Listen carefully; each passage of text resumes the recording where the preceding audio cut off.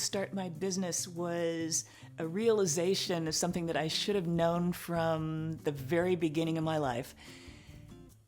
I was born to do this, and I think a lot of people display from infancy what their gifts are and interests. And I think back, the first word I learned, pretty.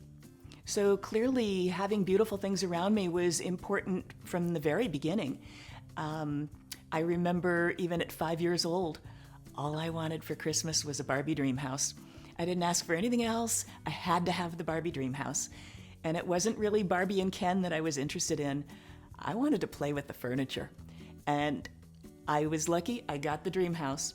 My poor mother had to put that thing together, and she was not mechanically inclined. And I remember her trying to fold up on the dotted lines and insert the tabs into the slots, and the cardboard was starting to tear, and she was thinking I wasn't ever going to get that dream house. And I remember my grandpa coming over and helping her finish assembling it, and by which time my mom's in tears and my grandpa's muttering under his breath. But it was the best Christmas I ever had. I loved that dream house, and I played with it until I was way too old to admit here. And when I got older, I was into decorating magazines. So as a teenager, I had my nose in a magazine all the time. Read every word, memorized it, studied the pictures, I saved all the magazines. And then I got a little older and it was time to pick a career. And I didn't realize that you could pursue decorating as a career, so I got the serious career. I became a real estate lender.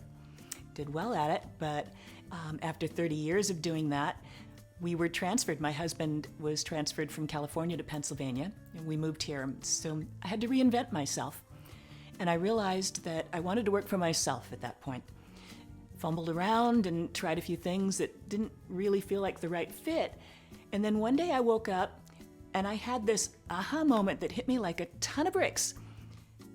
My real estate experience as a lender and my passion for design could marry perfectly as a home stager, because home staging, really the definition is you're a real estate consultant who uses interior design principles to merchandise a property.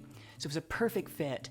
And I also realized when I started telling people what I was going to do, a lot of them gave me a blank look and said, "Staging, what's that, dear?" So I realized that it wasn't common or popular in Pennsylvania yet. And it was huge in California by that time. So I was able to bring what I'd learned in California to Pennsylvania and help educate the area locally on what it could do for them. And it turned out to be a perfect fit for me. I love what I do, and I have never looked back since.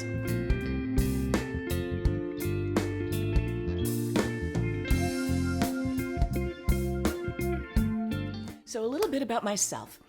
I was raised in a little tiny town in California in the mountains along the coast, and it was sort of like growing up in a rerun of an old 1950s or 60s TV show like Mayberry, USA.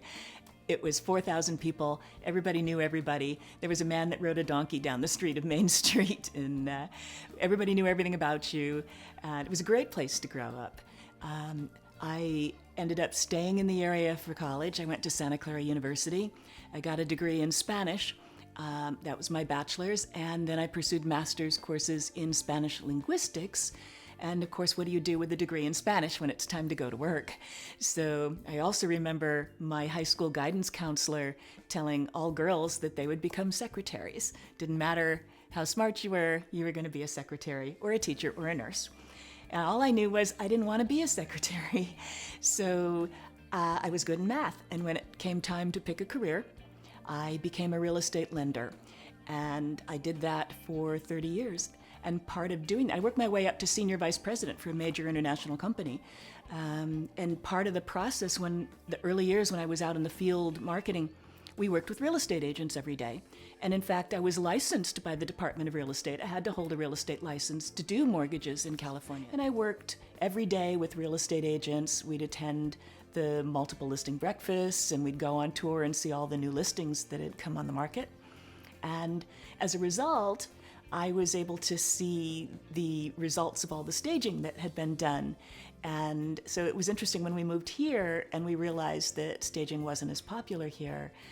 It was a great opportunity to bring what I'd learned, because staging was a very powerful tool, and I saw exactly how powerful it was while I was out there.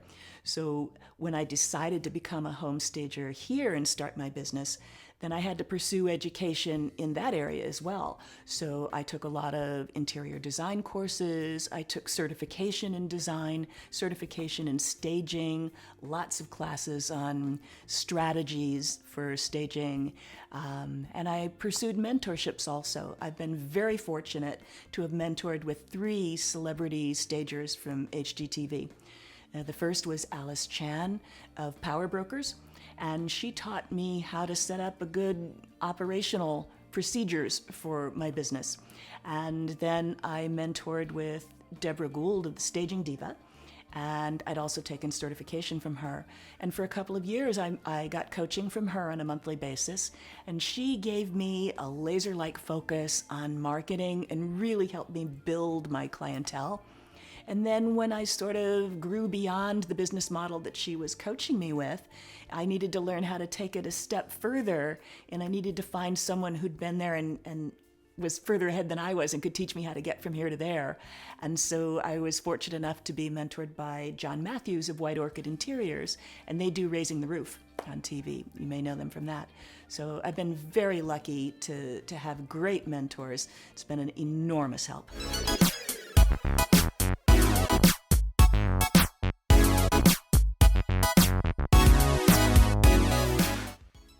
So the services that we offer are professional home staging services and interior design services.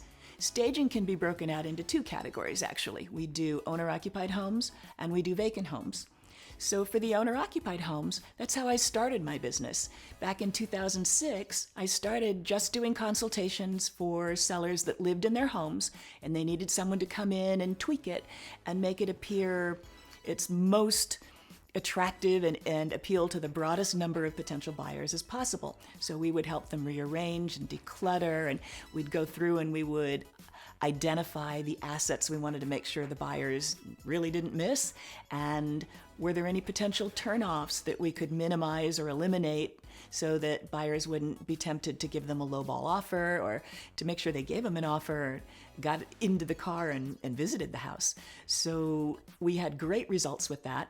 And eventually I started adding inventory to bring in and add wow factor and excitement to a property after we'd depersonalized.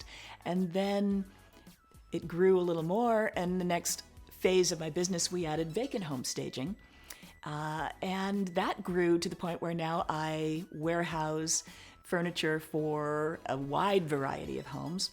And we're able to do anything from entry-level price points to luxury homes.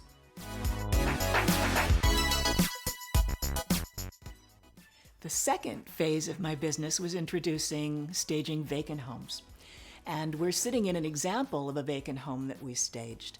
So if the seller has moved out or it's not a property they live in, we'll bring in all the furniture and accessories and make it look as close to a model home as possible. I'd like to give you a tour of this home later. It's an interesting thing when you're staging a vacant home. When you walk into an empty vacant home, you don't get the same emotional reaction that you get when you walk into a furnished home. Interestingly, they look larger when there's furniture in them. Maybe counterintuitive, but it makes a difference. When you're looking at the photos online of a vacant home, what are you seeing? Walls and windows, walls and windows, walls and windows. And as you look at each photo, sometimes you're not even sure if you're still looking at the same room or if you've moved into a different room now. So putting the furniture in the rooms helps you figure out what spaces you're looking at and sort of answer the question marks. You don't want to leave people with a question mark. It's also interesting to note that when you walk into a vacant home, if there's a flaw and it's empty, you put that flaw on display. There's nothing else to look at. So it may be a minor, tiny little paint scratch, but there is nothing else that you see. So a large part of selling a home is reaching a feeling about the house that it will be comfortable to live in, or that it's more luxurious than the last one for the same price. This is what gives you competitive edge. And the furnishings are what bring that feeling to a house and really help sell a house.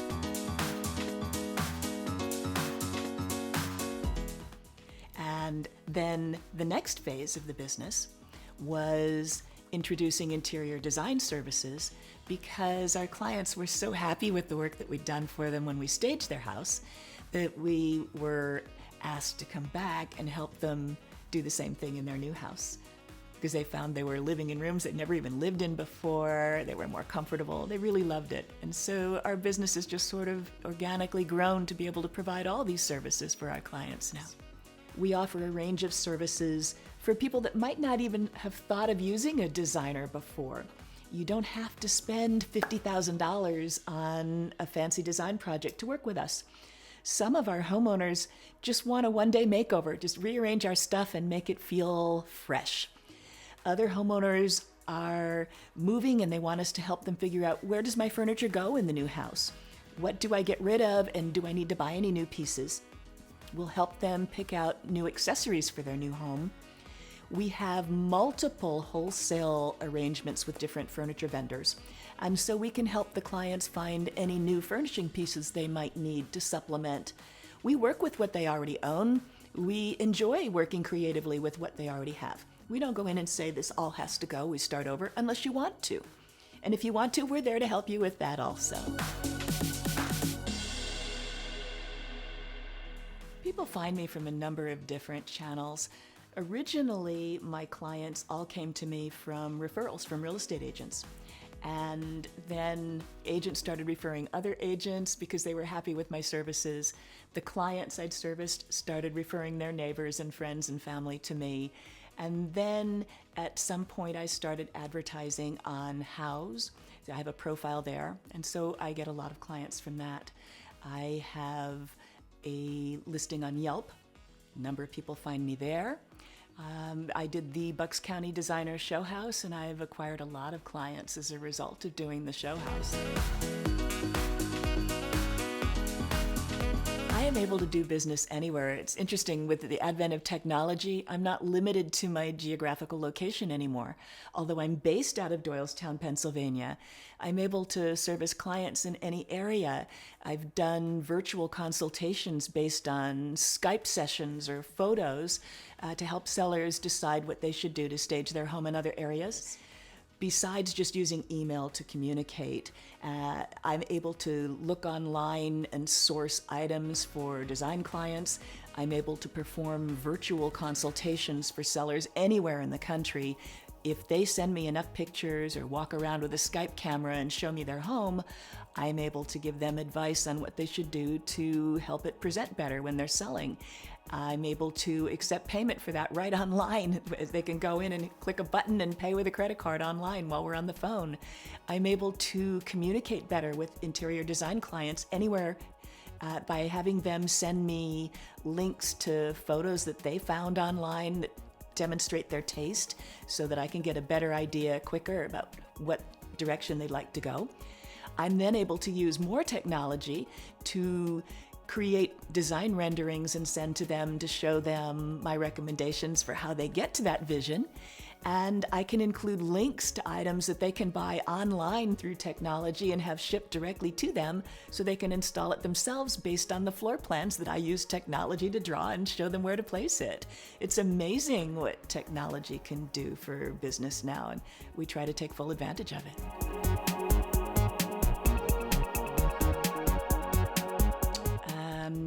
I've not dabbled too much in social media yet.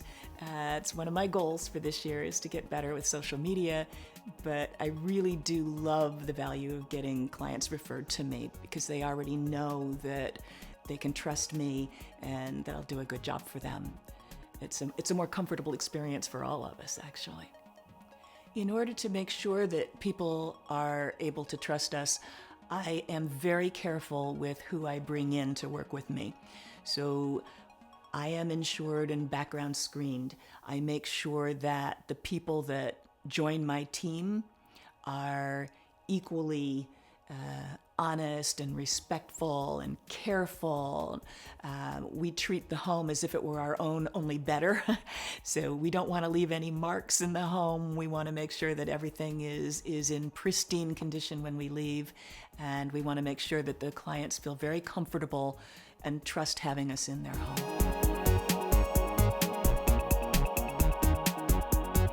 it's interesting what sets different stagers apart from each other. This is a business where some stagers will only do occupied consultations. Others might do vacant homes, but they use rental company furniture and they just stock some accessories.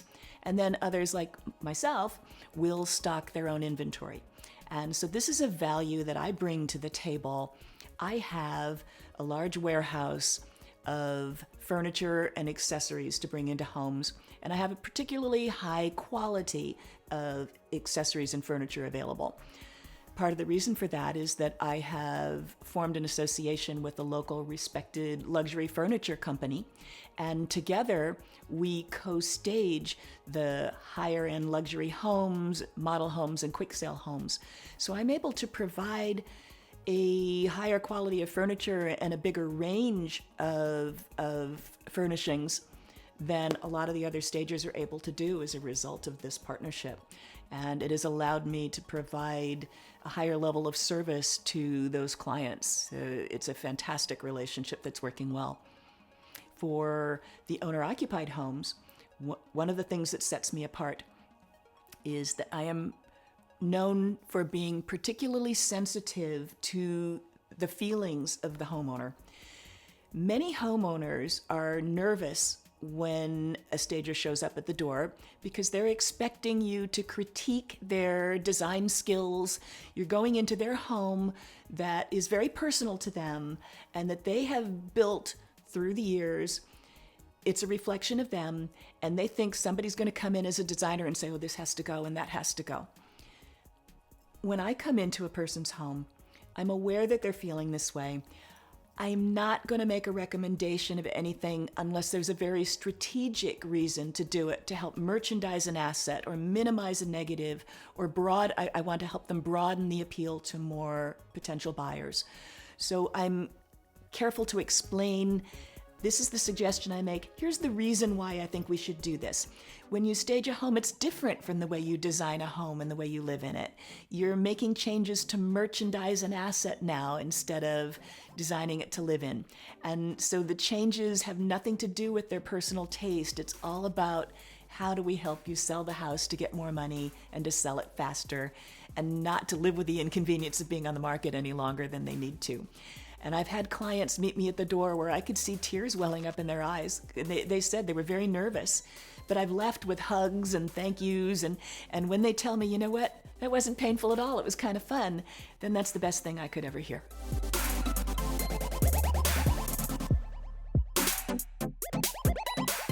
I think if you can describe what I've done as success, it's due to the fact that I have hung in there.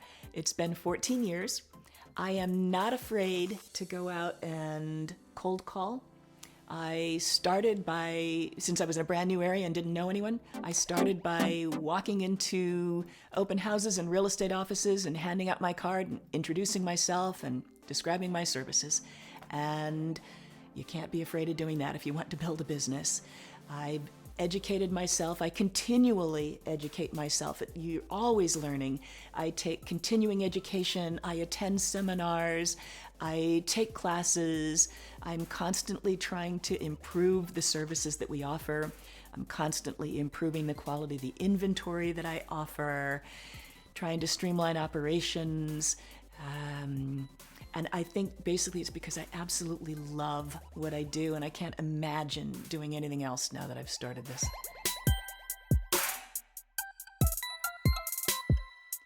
This is a fabulous industry, and I know there are a lot of people that would like to start a staging business or a design business.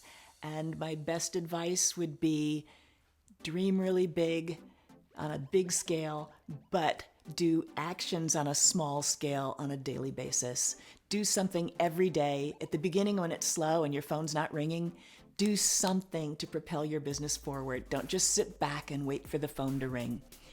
Also, don't underestimate how much activity you need to do to make the phone ring. Don't just call on 3 agents and think the phone's going to ring off the hook and you'll be busy. The people that I've talked to often significantly underestimate how many people they should be talking to get the results that they want. Another big tip, this is a business that the people that are drawn to it are like me. We love beautiful things. We enjoy shopping for them. We can't believe there's an industry where we could be paid to help people do this and play with pretty things all day. So the temptation for a lot of us is to run out and shop and buy all these pretty things you think you might need. Don't do it. Wait until you know you need it, because I've seen a lot of people try to start the business and spend a lot of money, but then they don't do the marketing and they don't get where they need to go. Wait until you know you need it and then spend the money. This is such an amazing industry, and we are so fortunate to get to work with something that we absolutely love. It's worth doing the steps to get there.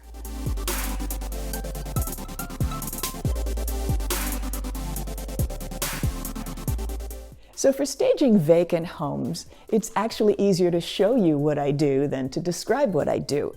So we're going to take a quick tour of this beautiful home that we staged recently.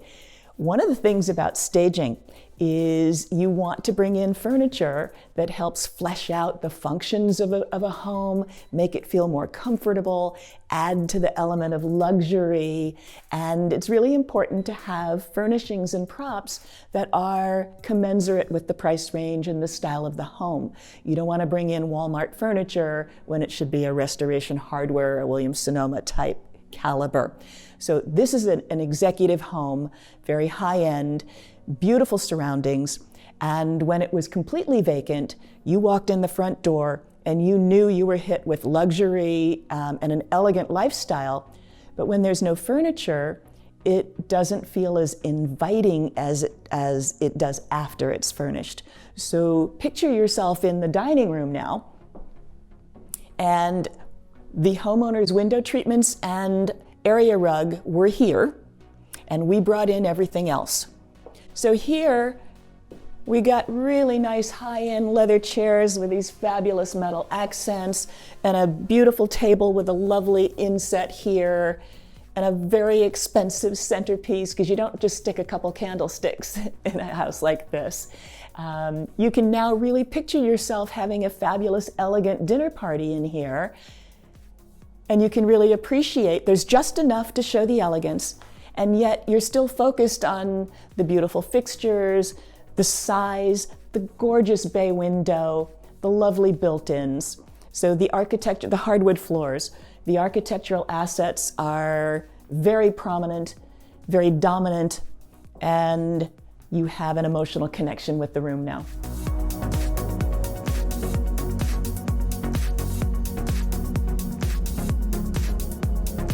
As we walk through the grand entry to the other side, we have the formal living room.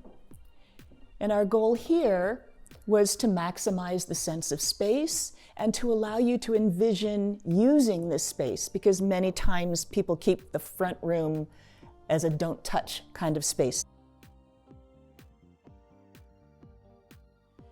You can appreciate the formality and the elegance, but sometimes you feel like you have to be on your good behavior and you can't touch.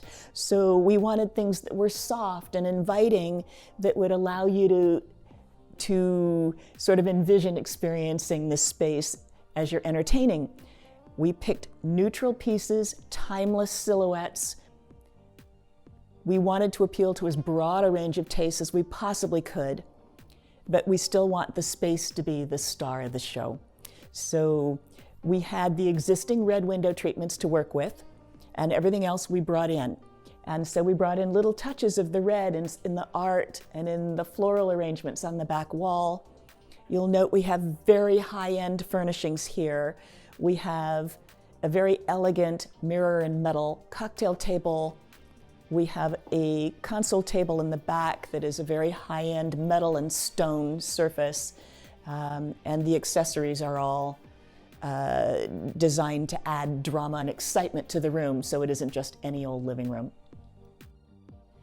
Here we have an additional space that could be used for additional entertaining flow. It would also serve very well as an in-law suite because it has a private bath and closet.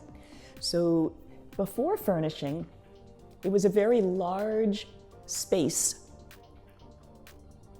You weren't quite sure what to do with it. So with the furniture, you can see how you would use it. This could be a great TV room, media room, extra seating during a party. And there's a little space on the side that could either be used for a bed or for game table, whatever purpose.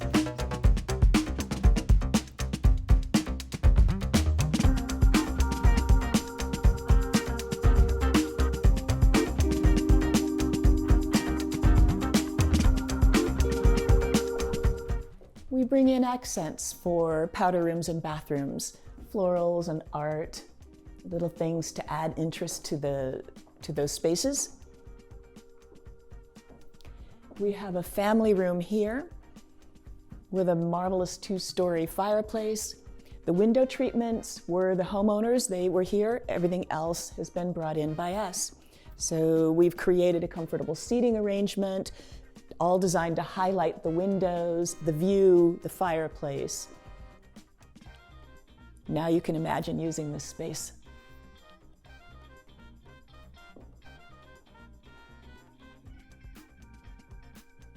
Here we have a charming breakfast room, gorgeous gourmet kitchen. We bring in a few props for the kitchen as well.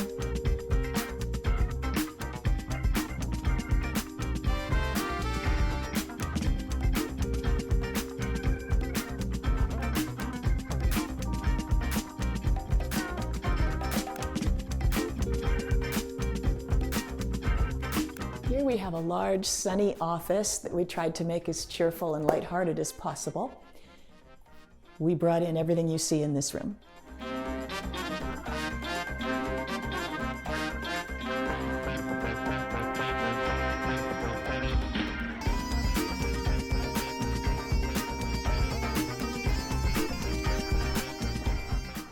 Here we have the master suite.